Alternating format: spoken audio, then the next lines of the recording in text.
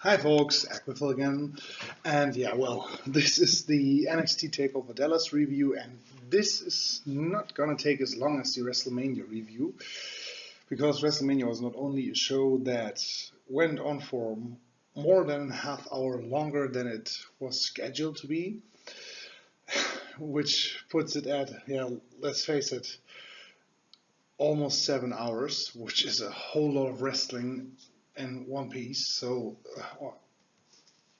without a real break. So, and there were many questionable decisions concerning winners and booking and so on and so on.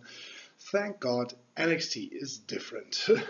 Because NXT there was a little bit, maybe 2.5 hours, 5 matches, and well, no surprise here, the show really worked, and I think fans were really satisfied with the work in the ring, which was good at WrestleMania 2, and the booking, well, maybe you've seen my WrestleMania review, so you know how I think about that.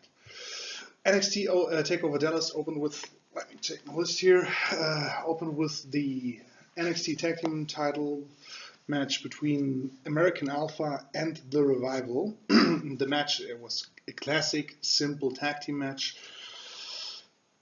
Nothing too fancy, but yeah, good wrestling. It was good wrestling. It had enough time, and yeah, I have to look here. Yeah, there was a classic hot tag build-up, and when the Revival dominated, and as soon as Jordan is his name. As I said in the preview, I haven't watched American Alpha before, so Jordan and Gable with the names, I'm a little bit shaky still. But Jordan, he went in and suplexed everybody, and well, there were some nice tag moves. There was a lot of back and forth action, and in the end, there was enough drama. There was a lot of suspense and good wrestling. The story was simple and it worked. It was effective. So, nice match, good opener, a good way to start NXT TakeOver Dallas in the WrestleMania weekend. After that, we had the debut of Austin Aries, the in-ring debut against Baron Corbin. There were a few nice moves and actions, and in the end, yeah, it wasn't a great match, but it was pretty decent. Corbin couldn't show off as much as he can, neither did Aries, but in the end, for the second match of the night, it was okay. Worst match of the night, but still pretty decent. Now we have Sami Zayn versus Shinsuke Nakamura, and I really wanted to see that because Sami Zayn has been a favorite of mine for a long time, and in NXT he really worked wonders.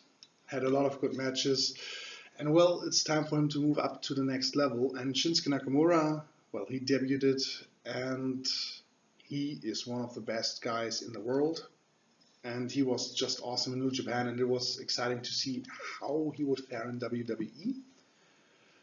Well, of course he fared very well, and this was a great match.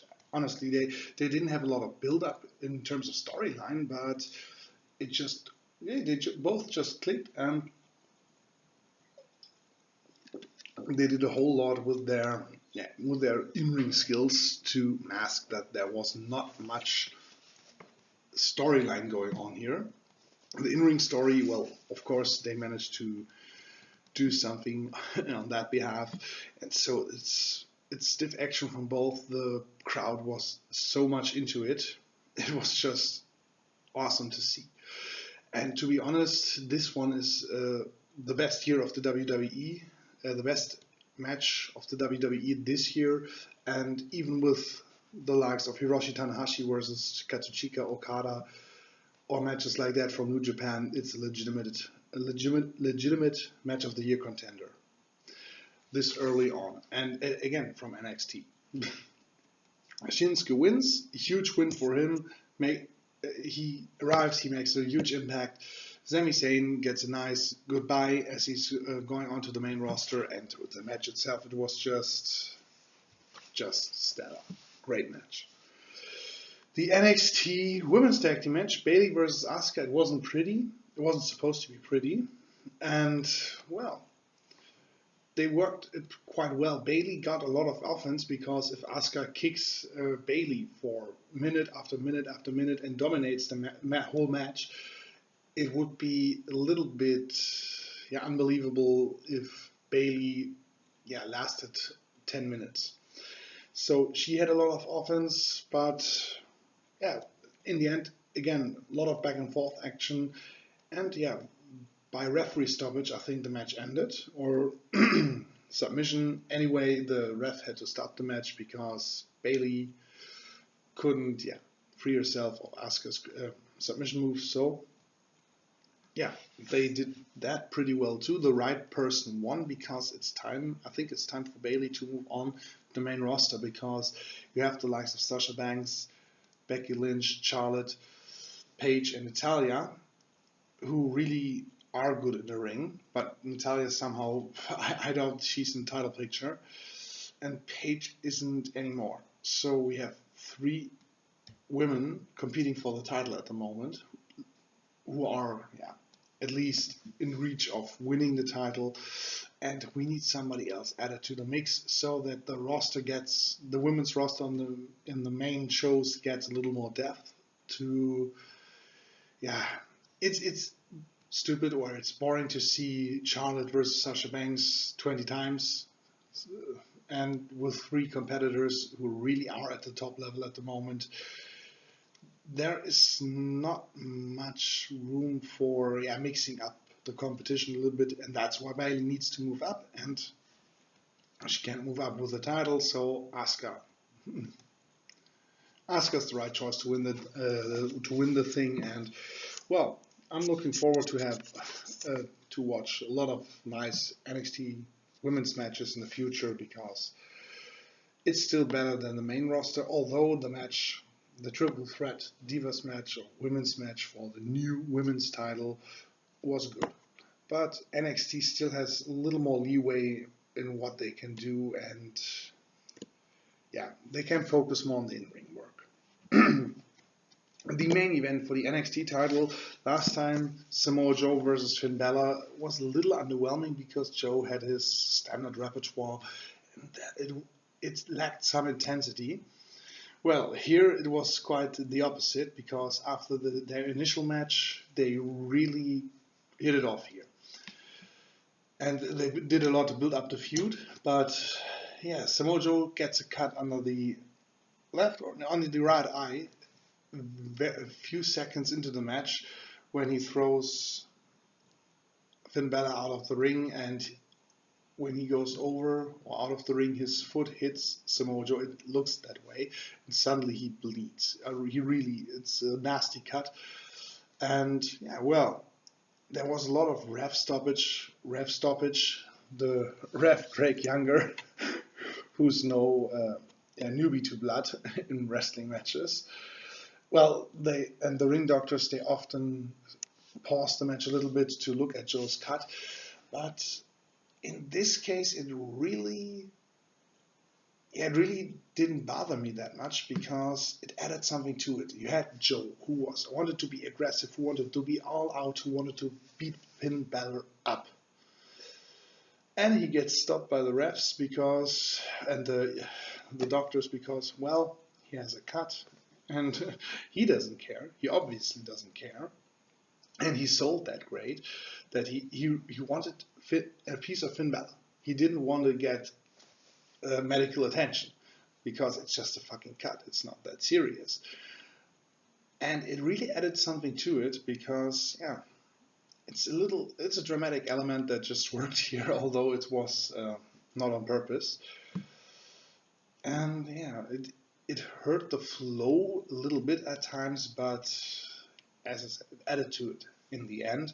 And come on, if you want to appear like a more or less legitimate sports entertainment or sporting event or sports entertainment event, of course, in the UFC, if somebody bleeds too bad, they even stop in the round and have a look at him because, well, it's worse if the fight, first of all, if the fighter is out of action because he gets too much blood in his eye and has problems with it afterwards, or that just in the end it might cost more money than having the ref look at the match, look at the wound or the cut. Is it okay enough to go on?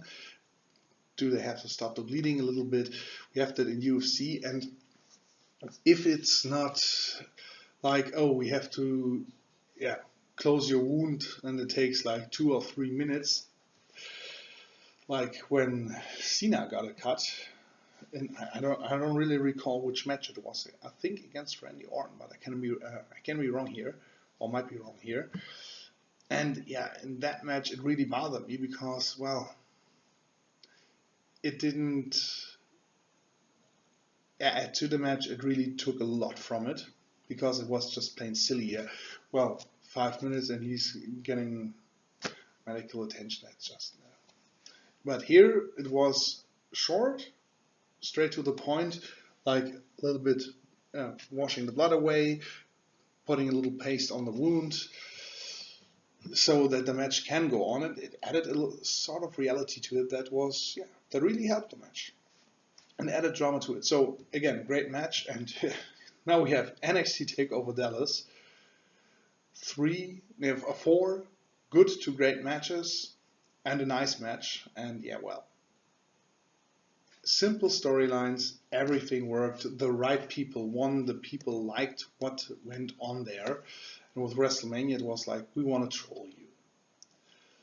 Honestly, NXT is the most interesting thing the WWE has going on right now. The main roster, well, we have the New Day, and we have AJ Styles, but they buried a lot of the people who the fans really are invested in. And that's not the way to get them invested in Roman Reigns. That's the way to have them cancel their subscription or not tune in at all again until they hear from somebody else. Well, a lot of things have changed for the better.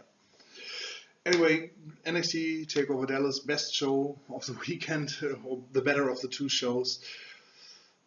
Straight to the point, not much filler stuff or stuff that really pissed the fans off. So, great event.